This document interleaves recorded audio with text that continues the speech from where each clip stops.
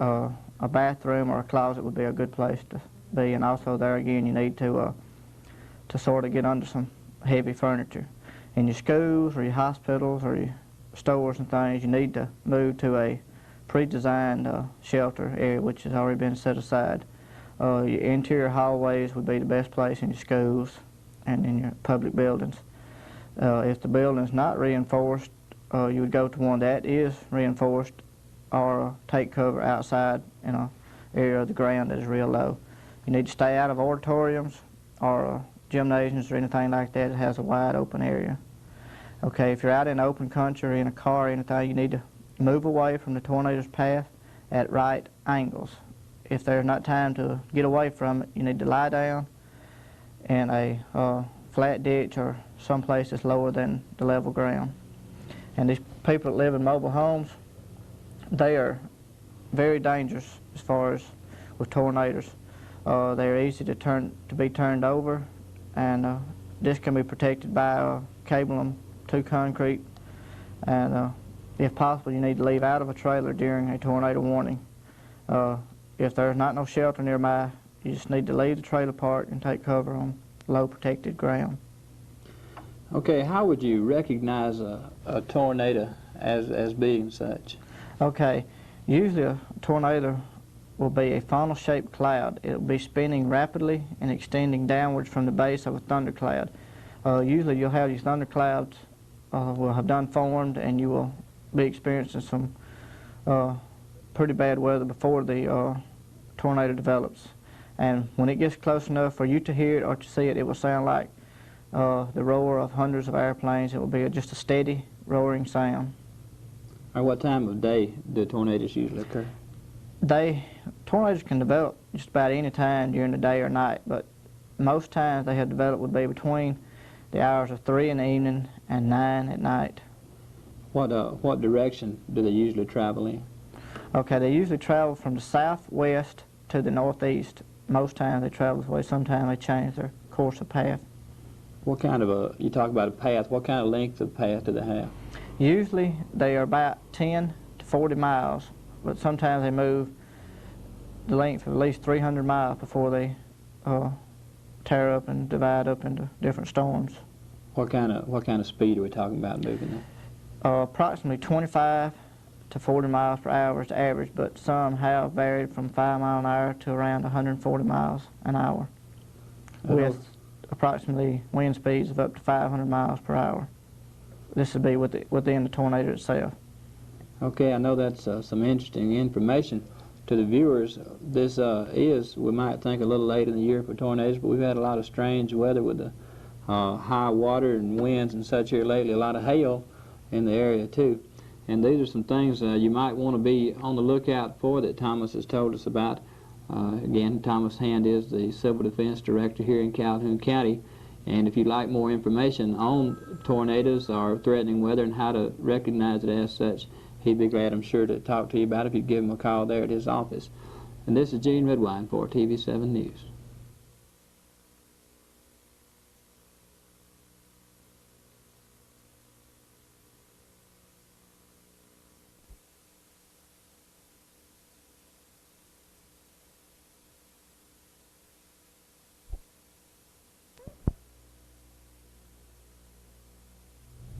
We're talking with Robert Ware today in our studios, and he is a swimming instructor this year for the Bruce Swimming Pool.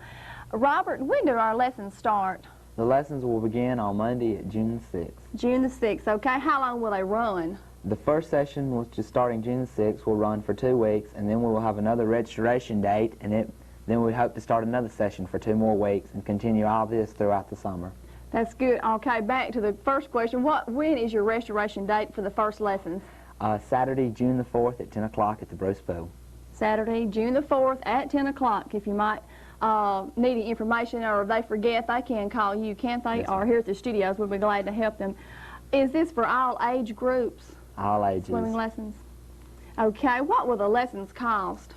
Well, the first session we're going to charge, it will be $30 for 2 weeks for 1 child in a family, and if they're a brother and sister in the family, it will be $40 for 2 weeks. And it will be $30 for private lessons for 1 week. Okay, that's real good. What time will your lessons begin in the mornings? Well, if we have a large turnout, which we hope, we'll start our lessons at 9 o'clock Monday morning. There will be a class at 9 o'clock, 10 o'clock, and 11 o'clock. And if the classes are small, we will start at 10 o'clock and at 11. And hopefully, if there's enough people, and for those who couldn't make it in the morning, we plan to have a 5 o'clock lesson in the afternoons. 5 o'clock. Well, I know that, like me, there's a lot of parents that work and maybe can't get their children out there, so 5 would be a good time to have that, or even for the mothers, you know, that have to work. There's some out-of-town folks that like to come in, and we have them for those who work also. Well, that'd be real good. Robert, how old do you recommend anyone, how old do you think you need to be when you start your swimming lessons? Well, in my opinion, I'd rather start teaching them when they are 4 or 5 and work on up.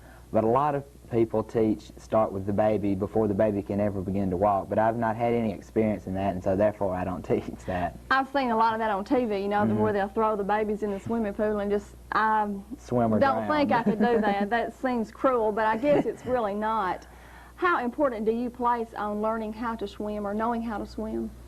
Well, as being around water as much as I've been around it, in my opinion, it's very important because it can save the child's life himself. Like if the mother, they're out at a picnic and the child just wanders off and falls into the lake and the water's over his head, if he knew anything about swimming, he could save himself. That's right. How long have you been swimming? For 14 years. 14 years. That's a long time, it seems like, just talking with you. How long have you been giving lessons? I'm going on my 3rd year now. 3rd year. Well, I've had a lot of good comments about Robert, and I know that you are a very good instructor. I've asked about you myself to find out because my little boy wanted to take, and you just don't let everyone teach your child how to swim. But I have heard a lot of comments about you, and I know Robert's a good swimming instructor. If you want your child or adult even want to take swimming lessons, we'd be glad for you to check with Robert about the swimming lessons. What do the children or the adults need to bring with them the first day of their swimming lesson? Is there anything in particular? Nothing except their swimsuit and the towel and be ready to swim. Just be ready to jump in. Robert, when someone is close to drowning, what would you do? I mean, I've never tried to save anybody's life. Matter of fact, I can't swim myself. But if someone was drowning, what would be the first technique you would take? Well, the Red Cross teaches in life-saving, lifeguard, they have their little rhythm rhymes they use as your reach, throw, row, and go, which the first thing you do is you reach for your victim, and if he's out of reach, you throw something to your victim. If he's out of throwing distance, you row out to him in a boat if you can, and the last thing you do is go out after your victim. They tell us that is their first rule in life-saving, is a good lifeguard never enters the water. And if he does, he always goes with equipment with rescue to keep the victim away from him. Is that right? Well, that is news to me, and I have learned lots. I really have. The first thing I would do would be jump in after them, I guess. But I guess that's the reason you go and learn all of this. It's really a lot to know, and I know you've learned lots, and you're going to teach our children lots this summer. And you have anything else to add to swimming lessons, Robert? Well, the swimming lessons I'll be teaching in this first few sessions are not Red Cross lessons. They're not taught through Red Cross. But I plan on, after the group from our church, and a lot of them have gone to Ridgecrest this year, and I'm going to teach a beginning water safety course and basic rescue course through Red Cross, and there is no charge for Red Cross lessons, you know, because they're just strictly an organization who helps the public. And they buy is their books, and I teach that through Red Cross. And I hope to teach an advanced life-saving course through Red Cross also this summer. That is great. Then we have a lot to offer for the young kids and older ones in Bruce this summer, so we'll have a lot going on, and we trust that you will check with Robert on this. Robert, I want to thank you for coming by the studio today and helping us out on the swimming lessons. And like I said, if you have anything or want to take swimming lessons, check with Robert at the swimming pool at Bruce, or contact us here at Channel 7, and we'll be glad to help you in any way. This is Rita Paula with TV7.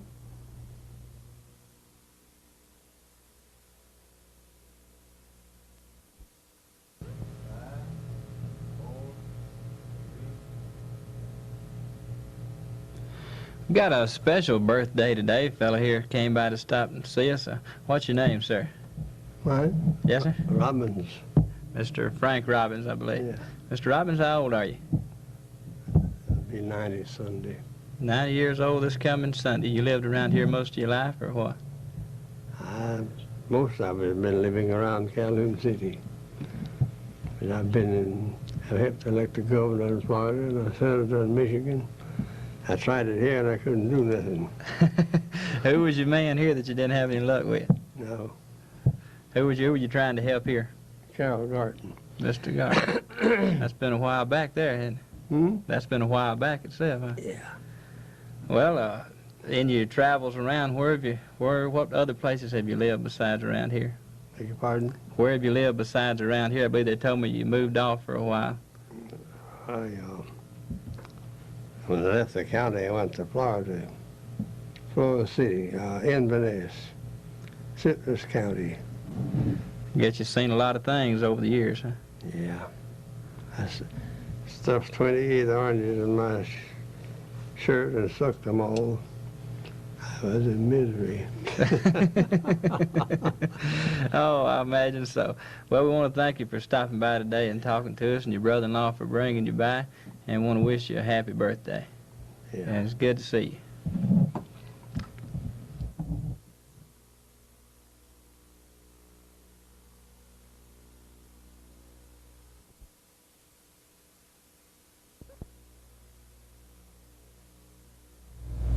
Hello, I'm Ann Morgan with Channel 7 News, and in our Channel 7 studios we have Herman Hodges and Francis Hodges of the Positive Mental Attitude Association. Mr. Hodges, could you please tell us something about this organization? I know it is fairly new to Calhoun County. Would you like to tell us how it was organized and where it began? Yes. I am an ex-offender myself. The program stems from a program that was geared to change negative minds into positive thinking individuals, and it was in the prison system in Memphis, Tennessee. We put together this program in hopes that we could change ourselves, and it blossomed into an idea that we started working with youth from the outside, and so I feel the program became a very viable program to the juveniles in the Memphis area. So I moved to Bruce, Mississippi, and decided to extend the program somewhat. And it's an ex-offender program dealing with ex-offenders, now offenders, and potential offenders. Trying to rehabilitate, in other words, are you saying people that have been in prison, you're rehabilitating them, turning their attitude around to where they could have a positive attitude about themselves and the life they'll lead outside, in the outside world? That is correct. Yes, it's kind of like a radical change. Right, And, goes from a negative thinking individual with, well, somewhat negative thinking ideas into successful, positive thinking individuals. Okay, how do you work this? How are you trying to obtain now this positive attitude? What are some of the activities that you have planned to try to change these individuals?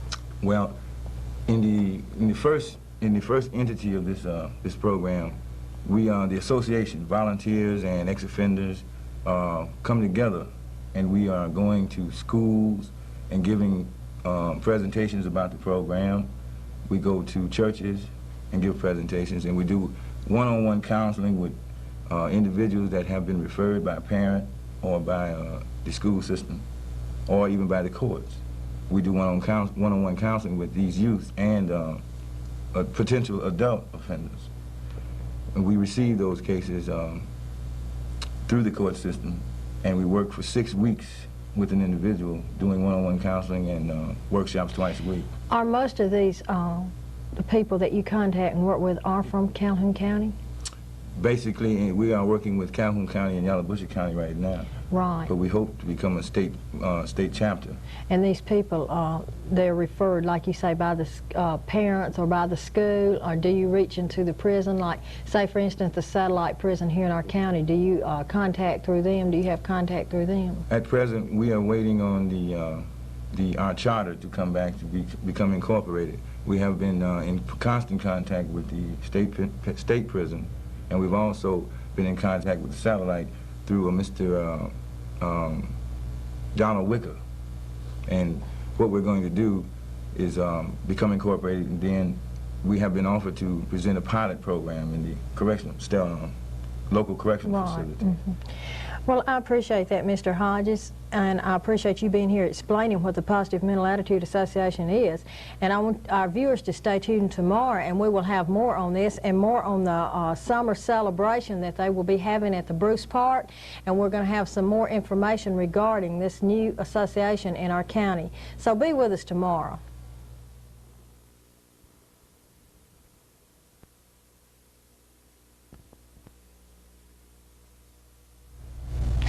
As I told you yesterday on our program that we had Mr. Herman Hodges and Frances Hodges with us from the Positive Mental Attitude. We talked a little about the organization yesterday. Today we will be talking some more about the organization and how it has been received in the county. Mr. Hodges, how has the Positive Mental Attitude, how has the reception been in Calhoun and Yalobushy County? We've had a brilliant reception. The membership is 64 members present, and about 13 referral cases from the city police chief and the city court system. And the program is being spreaded by youth and adult, that it is something really worth working. Kind of by word of mouth, then it goes Yes. from one to the other. Yes. Okay, you said you had about 64 now? Yes. About 64. Okay, how old are the ones? Could you give me an age range that are in the organization now? Well, we have an age range from 54 years old to back to I think it's 10 years old. Right. Okay. What kind of activities do you do? Do you meet once how do you meet? Do you meet once a month, once a week, or what? We're meeting twice a month right now. Where do you meet? We meet at the Masonic Hall over in the quarter, which is the east end of Bruce. I think it's southeast end of Bruce. Right. And you meet once a month, you said? Twice a month. Twice a month. Yes. Okay. What do you do at your meetings? Well, we have reports, financial reports, project reports. We also conduct workshops, and we also give role play, different job interviews, and how to make community contacts, and how to do presentations in the schools and churches in front of groups. Right. I understand, and I know that you're planning a summer celebration, and that is one of the main reasons that we're here today, is to talk about the summer celebration that is going to be held at the Bruce Park. And what is the purpose of the summer celebration? Well, the purpose of the summer celebration, number one, is to raise money to buy copy machines and typewriter for the organization. We are in the beginning stages, and we have felt such a need for this equipment. Right. Okay, number two is that we see the opportunity to bring youth and adults together in a celebration for kind of like incentive for working together for 2 months, maybe 2.5 months now, and have become successful in our beginning stages. Right. Well, I know the summer celebration, it will be held this next Saturday, right? Yes. June the 11th at 8 o'clock at the park. Is that not so? That's right. Okay. Approximately how many participants do you expect to be in this summer celebration? We expect 200 to 250 people for most part of that day. Right. Yes. I failed to ask you, are you the president of the Positive Mental Health Attitude? I am presently serving as director. Director. Yes. Right. Okay, well, I appreciate you telling us about your summer celebration, and tomorrow on our program we're going to be talking about some of the events in the summer celebration. They have apple fishing, 100-yard dash, and many other events like that, plus a Queen's contest, and we're going to be talking with Ms. Hodge tomorrow regarding these activities. So you tune in tomorrow for more information on our Positive Mental Attitude and their summer celebration.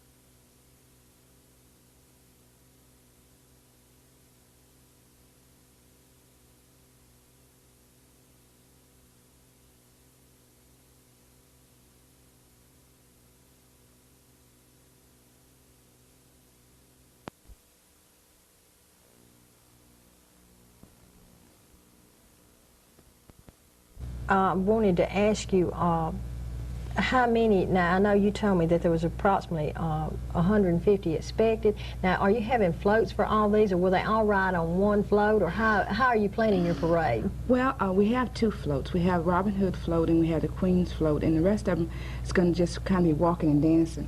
The Bruce High School Band has also said that they would participate. We have motorcycles and we have 3-wheelers, and the host, we're just going to have a lot of fun. One of the things that we're going to have is the mayor. He's going to be there at 12 o'clock to crown the Queen, and we asked everybody to come out and just kind of watch us. Oh, well, we'll look forward to seeing that ourselves. That sounds like it really will be a nice time. I think I have failed to mention the theme of the summer celebration is the Robin Hood at Bruce Park. Mr. Hodge, could you please tell us where Robin Hood came into it? I know our viewers are familiar with the legend of Robin Hood. If the viewers could just concentrate on the efforts of how Robin Hood put together a merry group of people to help themselves, help each other help themselves. This is what our organization is trying to, I think, maybe reflect to the community, that we need to get together and be a merry bunch of people working together as they did in the Robin Hood days. Right. Robin Hood himself was a great humanitarian, too. Yes, he really yes. was. Well, I think that is a wonderful theme, Robin Hood at Bruce Park, and it's very catching, too, at that. Ms. Hodge, I want to ask you, on the desk here, we have a beautiful gold chain, and I would like for you to tell us why this chain is here. Well, Taylor's Department Store donated this chain that we might solicit funds, and it costs $2 a ticket. And as I said earlier, the tickets are to help us get equipment so that we might get information out to the public about our program.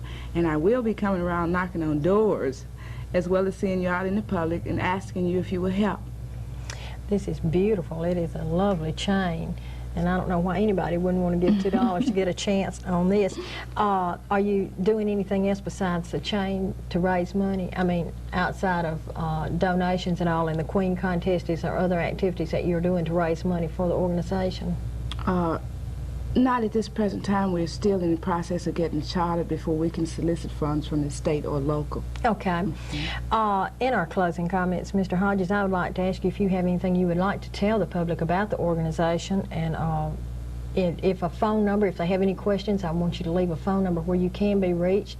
You know, if they have any questions regarding it, or if they need help in any way, you know, if you would please tell them. Well, I'd like to say that our organization is becoming a viable organization, as I stated a few days ago. We hope that we can reach out and help the community become somewhat leaders in their own family units and leaders in the community, and that we can also be a model to show the rest of the North Mississippi area that there is something you can do, and you can get together and you all can do it well. There's very little difference in people, and that little difference is a big difference when it comes to attitude. And the difference in attitude is whether it's positive or negative.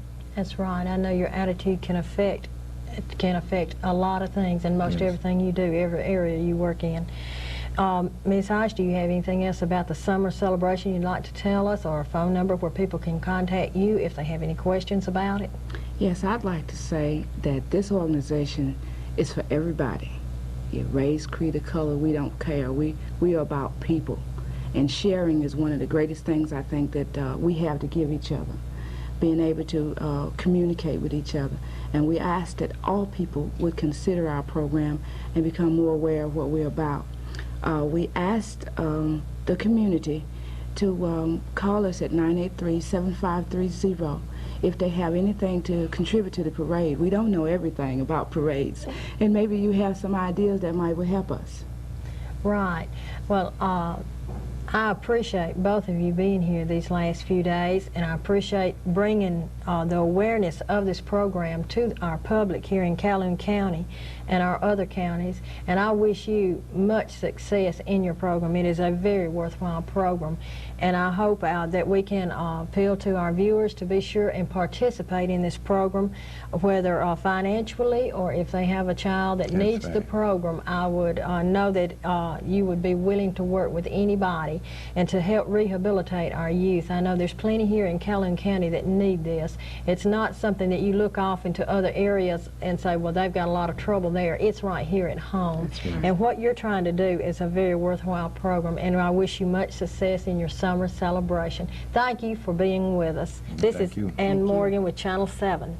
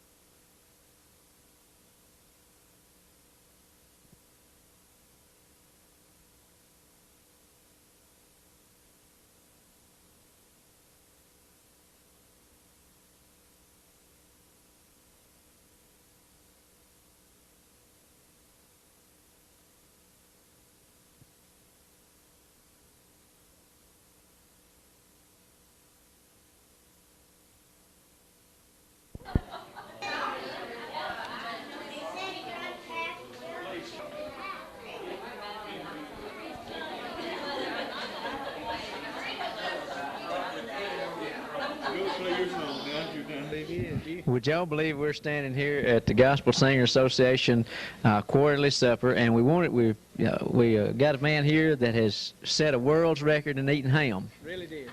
And who can eat the most hams? Anybody know?